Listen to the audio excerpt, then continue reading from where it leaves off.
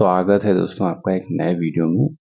अगर आपको कंफ्यूजन है इन सारी चीजों में, OCP, black red ware, black and red where, PGW, एनबीपीडब्ल्यू, ये जो मृदभांड मिले हैं, अगर इनमें कंफ्यूजन है तो ये वीडियो आपको कंफ्यूजन दूर करने वाला है।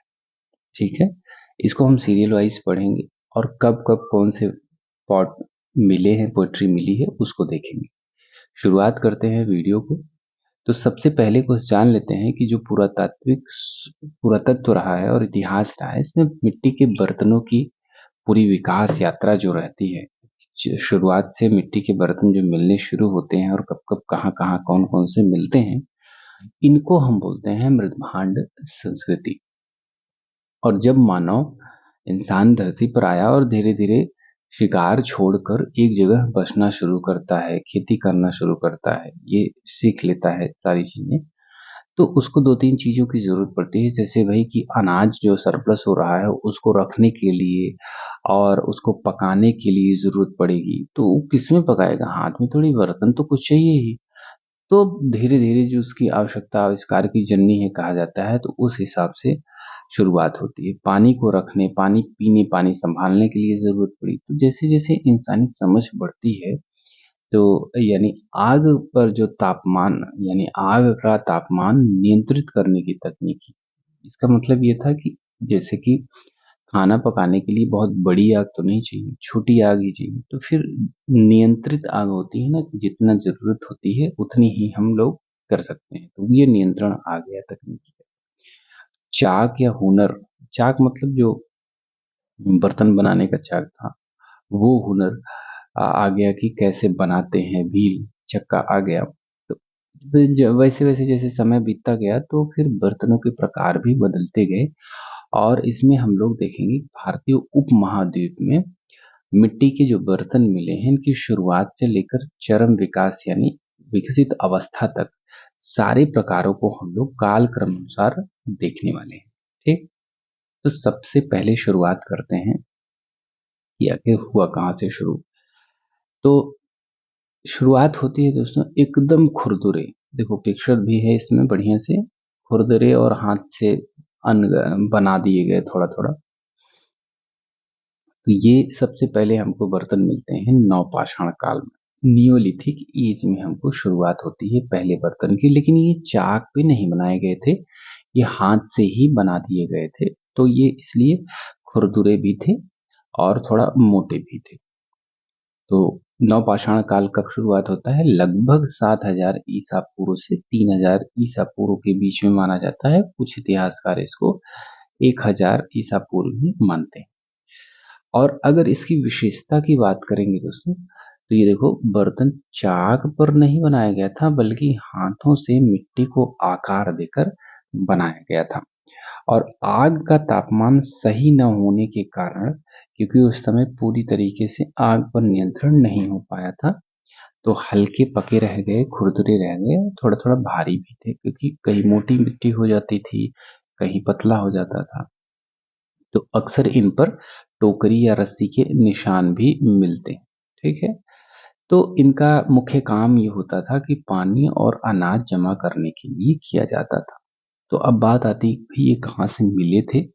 तो इनकी शुरुआत दोस्तों मेहरगढ़ से हुई है। बहुत बार आपको पूछा गया है मेहरगढ़ कहाँ पाया जाता है, कहाँ पे स्थित था? पाकिस्तान में गुफकराल, जो हमारे कश्मीर में कोलडीवा, उत्तर प्रदेश से इस टाइप के मृदभांड मिले हैं। तो पहला मृदभांड क्या है? हाथ से बने खुरदरे बर्तन। ठीक, तो ये हो गया। इसके थोड़ा सा समय और बीतता है और हमको मिलती है ओसीडी, गिरु जिसको बोलते हैं, या ऑचरी कलर्ड पॉटरी भी बोलते हैं। तो ये नवपाषाण के बाद हमारी संस्कृति कौन सी आती है? देखो संस्कृति से याद करोगे कि नवपाषाण काल के बाद कौन सी आती है? ताम्रपाषाण संस्कृति, चैल्कोलिथिक एज आती है, जिसमें तांबा और ताम्र यानी तांबा और पाषाण यानी पत्थर से मिलाकर जो हथियार बनाए जाते थे, यानी तांबे की खोज के बाद जो संस्कृति मिलती है हमको, उसको बोलते हैं ताम्रपाषाणी संस्कृति, चैल्कोलिथिक एज बोलते हैं। तो ये कब से कब तक होते हैं? लगभग 2000 ईसा पूर्व से 1500 ईसा पूर्व के बीच में होती है। विशेषताओं के तौर पे देखो, इस बर्तन को देखो विशेषताओं के तौर पे कि भाई ये बर्तन जो था ये गेरुआ कलर था, लाल नारंगी टाइप का थोड़ा सा। देखो हाथ से छुओगे या धोया जाता था तो ये गेरू रंग जो है हाथ में छूटने लगता था। इसका कारण क्या था कि यह आग में बहुत अच्छे से नहीं पकाया गया था और लंबे समय तक पानी में दबे रहने के कारण ऐसा हुआ था। ऐसा नहीं है दोस्तों कि ये सेम सारी चीजें ऐसी मिली हैं, कुछ टूटे हुए मिले हैं तो फिर ये अनुमान के आधार पे बना दिया जाता था कि जैसे मान लो आधा मिला है तो पता चल जाएगा कि भाई इतना ही था, तो इसको अनुमानित करके पूरी पिक्चर बनाई जाती। खास बात यही थी कि इस संस्कृति में तांबे के औजारों के इस्तेमाल से सीधे जुड़ी हुई थी, क्योंकि हमने पहले बात कर ली कि तांबे का आविष्कार हो चुका था। अब ये बात करोगे कि कहाँ मिला था, तो गंगा यमुना दोआब क्षेत्र में उत्तर प्रदेश, राजस्थान और हरियाणा। थोड़ी मैप की जानकारी आपकी होगी। तीसरा जो आता है देखो, फिर काल के अनुसार आओ, ताम्र पाषाण काल के बाद ताम्र पाषाण से लौह युग तक चलते हैं। लौह युग का आविष्कार, लोहे का आविष्कार कब हुआ था? लगभग 1000 बीसी में हुआ था। तो ताम्र पाषाण से लौह पाषाण के बीच यानी 2000 ईसा पूर्व से 1000 ईसा पूर्व तक क्या मिलता है? ब्लैक एंड रेड वेयर, कृष्ण लोहित मृद भांड। पिक्चर में देखो, कृष्ण लोहित क्या है? कृष्ण मतलब थोड़ा काला, और ये लोहित मिड भांड कैसे थे? क्यों था ऐसा? कि ऐसा क्या हो गया था? क्या पेंट किया था? नहीं, पेंट नहीं किया था। ये बर्तन जो थे, जो पकाने के लिए भट्टी में रखा गया था, तो भट्टी में उल्टा रख दिए थे। तो जो अंदर हवा थी, अंदर जो हवा थी, बाहर से अंदर हवा पहुंच नहीं पाई, जिसकी वजह से अंदर का हिस्सा काला रह गया, जबकि बाहर ऑक्सीजन मिलता रहा तो ये लाल रंग का बना रहा। इसलिए लाल भी रहा और काला भी रहा, तो ब्लैक एंड रेड पेयर। खास बात इसकी रही है कि जो दक्षिण भारत में महापाषाण मेगालिथ्स मिले हैं कब्रों में शव के साथ, ये बर्तन अक्सर वहां मिलते थे, यानी साउथ में ज्यादातर मिला है। तो शुरुआत कहाँ से हुई? तो शुरुआत होती है राजस्थान की आहाड़ संस्कृति। आहाड़ संस्कृति आपको पता होगा कि ये ताम्र पाषाणिक संस्कृति है। फिर पूरे भारत में से बंगाल, बिहार और दक्षिण भारत में फैली थी। तीसरी हो गई, लास्ट में रिवीजन भी कर लेंगे तो क्लियर और हो जाएगा। पेंटेड ग्रेवेयर, PGW, चित्रित धूसर मृदभांड, सॉरी, चित्रित धूसर मृदभांड जिसको बोलते हैं, तो ये कब मिला है? तो जैसे कि हमने बात की ताम्र पाषाण संस्कृति से, ये लौह काल तक क्या मिला था? Black and red where. अब उत्तर वैदिक काल आता है उसी बीच में।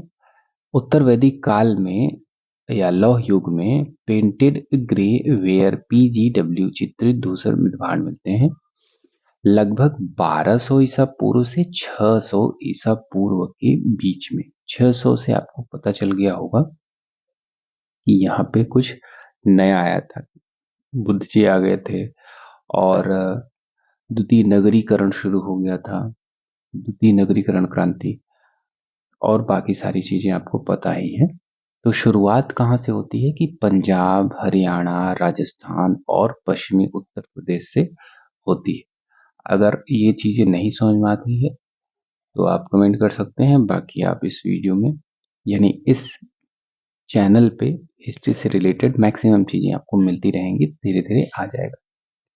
इसके बर्तनों को देखो दोस्तों, तो ये देखो बहुत महीन टाइप के चिकनी मिट्टी से बने थे, हल्के भूरे रंग के, ग्रे रंग के जो बर्तन थे, और काले रंग से चित्रकारी की गई थी। देखो यहाँ पे चित्रकारी, समानांतर रेखाएं भी, कहीं चक्र कहीं बिंदु से बनाया गया था ये। तो बहुत पतले और हल्के होते थे। ये सामाजिक महत्व के रूप में अगर बात करें तो ये आम उपयोग में नहीं थे, क्योंकि इतने अच्छे से सजावटी और थालियां कटोरे मिलना, यह माना जाता था कि इन्हें राजघरानों या अमीर वर्ग द्वारा खाने के लिए इस्तेमाल में लाया जाता था। और ये इनका संबंध खासकर हस्तिनापुर, अतरंजी खेड़ा, कुरुक्षेत्र जैसे महाभारत के स्थानों से जुड़े हुए माना जाता है। तो ये पेंटेड ग्रेवेयर कहाँ था? उत्तर वैदिक काल, लेटर वैदिक पीरियड में 1200 से 600 ईसा पूर्व के बीच में। अब आगे चलते हैं और अगला है, सिर्फ दो और बचा हुआ है, northern black polished where, NBPW। एक ही बार में समझ में आ जाएगा। NBPW उत्तरी काली काली पॉलिशदार मृदभांड। तो ये दोस्तों बुद्ध काल में मिलता है और मौर्य काल में, यानी महाजनपद में मौर्य काल में, जो कि समय काल होता है लगभग 600 ईसा पूर्व से 200 ईसा पूर्व के बीच में। इस बर्तन को देखो, इसकी विशेषता क्या थी कि दोस्तों ये सबसे उन्नत और लग्जरी माना जाता था मृदभांड। कांच और धातु की तरह चमकता था और इसकी पॉलिश इतनी फिनिशिंग, जो इसकी पॉलिश की फिनिशिंग है, आज भी पुरातत्व हैरान हो जाते हैं कि भाई उस समय इतनी बढ़िया पॉलिश, इतनी बढ़िया फिनिशिंग बनाई कैसी गई होगी। यह बहुत महंगा और कीमती बर्तन हुआ करता था।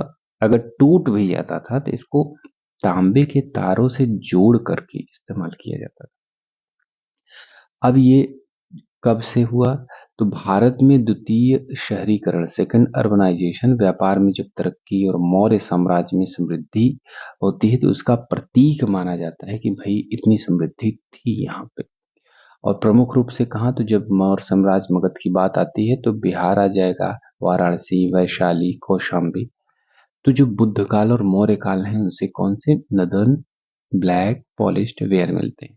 अब हमारे पास सिर्फ एक बचता है लास्ट, और वो है रेड पॉलिश्ड वेयर, RPW।